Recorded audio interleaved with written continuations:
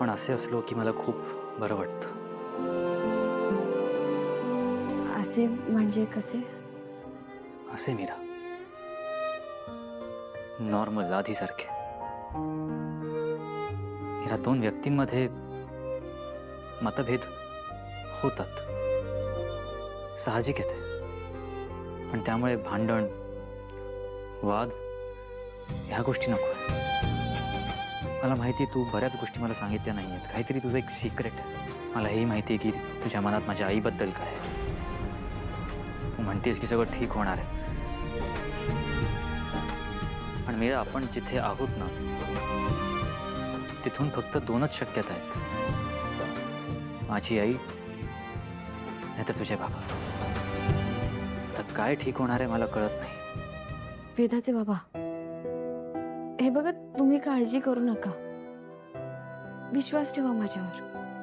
मी म्हणाले ना, तुम्हाला लवकरच सगळं कळेल.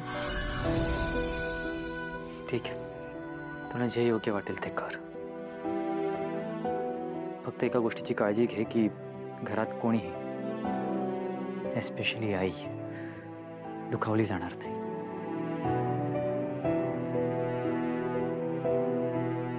नाही होणार. तुमची आई नाही दुखावली जाणार. ओके.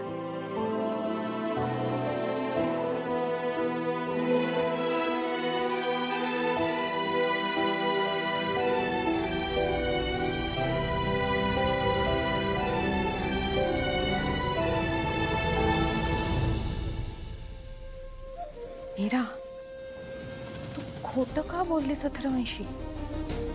तुला काही सुचलं नाही तर निदान विषय टाळायचा तरी होता सगळं. कारण आपण मंजिरीसोबत जे करणार आहोत ना, त्यांनी अथर्वंची आई दुखावली जाणार आहे. ताई,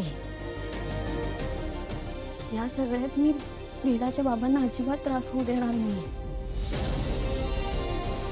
आपण आधी त्या कपटी, काळी जादू करणाऱ्या मंजिरीचं सत्य सगळ्यांसमोर आणूया.